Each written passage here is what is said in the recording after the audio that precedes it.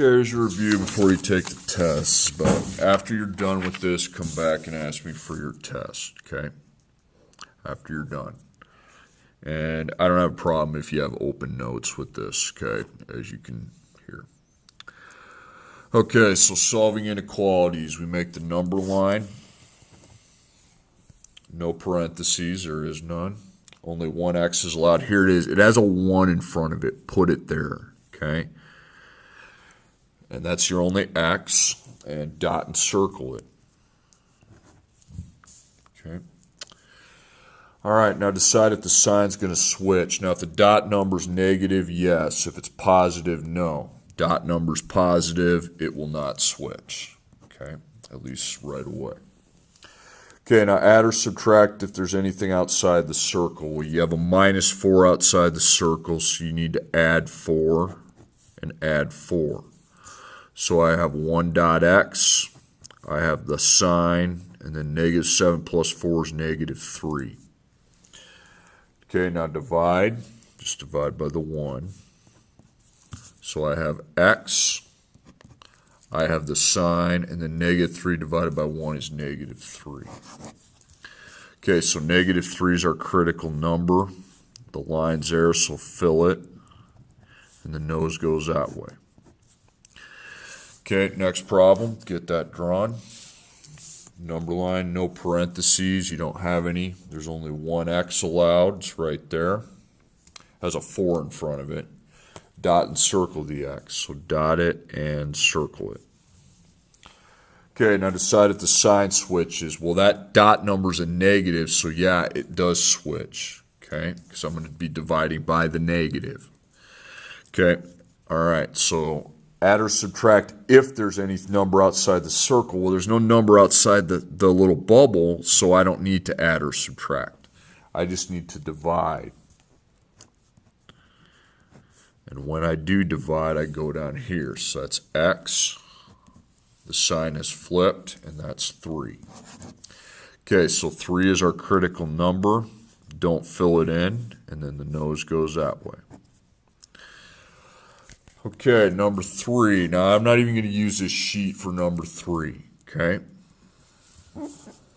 It's cross multiply and divide, okay? CMAD.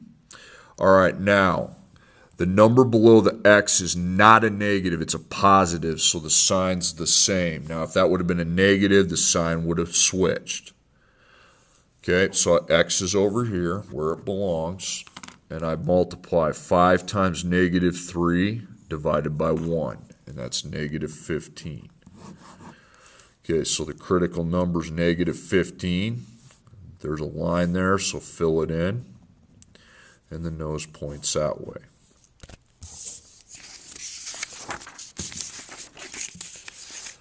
Okay, next problem. Line. So, no parentheses allowed, there's none. Only one x is allowed, and there it is with the 8, okay? Dot and circle the x. And now decide if we have to switch the sign. Well, the 8's positive, so don't switch it. It stays greater than. Okay, add or subtract, there's a number outside the circle. Well, there's a +32, so we need to undo the plus by minusing it. Okay, so I've got 8 dot x, I've got the sign, and -8 minus 32 is -40. Okay, and now it's time to divide by 8. But I'm dividing here by positive, so it doesn't change. Okay, so x, the sign, and -40 divided by 8 is -5. Okay, so -5 is my critical number. Okay, don't fill it in because the line's not there, and then it goes this way. Okay, my next problem. Number line. There can be no parentheses, and I don't think there is. There's only one x allowed, but there's 2, a 6x and a 3x. So I need to look at this. If there's on the same side, I draw a pyramid and add them together. But if they're on opposite sides, I switch the right to the opposite. Okay, so they're on opposite sides. So I switch the right to its opposite. So opposite of 3 is minus 3x. And that would go with my 6x on the other side. What I do to one side, I do to the other, just like an equation. It's balancing. So 6 minus 3 is 3x, minus 4, the sign, and then 14. Okay, now there is only one x. Now I move on. Dot and circle the x. Okay, decide if the sign switches. If it's a dot number's negative, it does. If it's positive, it doesn't. Well, it's positive, so it won't. Add or subtract if there's a number outside the circle. So there's a minus 4, so we have to plus 4. Okay, so 3 dot x, the sign, and then that's 18. Okay, now it is time to divide. Now I have x, the sign's the same, and then 18 divided by 3 is 6. Okay, so 6 is your critical number. Fill it in, and it's greater than. Okay. Now you gotta be watching that. If that would have turned out to be a negative 3, I would have switched the sign, but it didn't. Okay, next problem. Now I have 3 of these because some of you said you were worried about these ones. Okay. There are no parentheses. There's only a single x there. Dot it and circle it. Now there's a negative, so both the signs will change. And I'm going to want x in between the two signs. Okay? So look at what I'm doing here.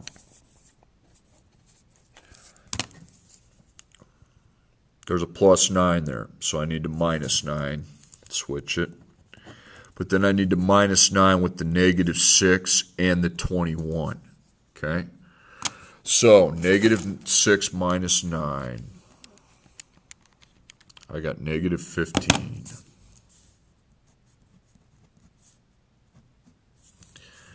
Negative 3 dot x, sign, and then 12. Okay. All right, now it is time to divide, but I need to divide both of these by negative 3. Okay. Dividing by negative 3 there cancels it. Okay, so that's 5.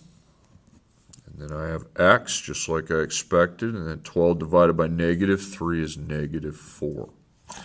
So I have 5 and I have negative 4. The bars aren't there, so just connect them. Okay, I got 2 more where that came from. Okay. No parentheses, only one x allowed. It is. Dot it and circle it. Okay, that's a positive, so the signs, both of them, go the same direction. And there's only to be an x in the middle. So, in the middle, I got to deal with the plus 4. So I'm minus 4, and I do it from the negative 14 and the 10. So negative 14 minus 4 is negative 18, and then I have my sign, and then I have 2 dot x, and then I have another sign, and then I have 6. Now I divide by 2, but I need to divide this and this by 2.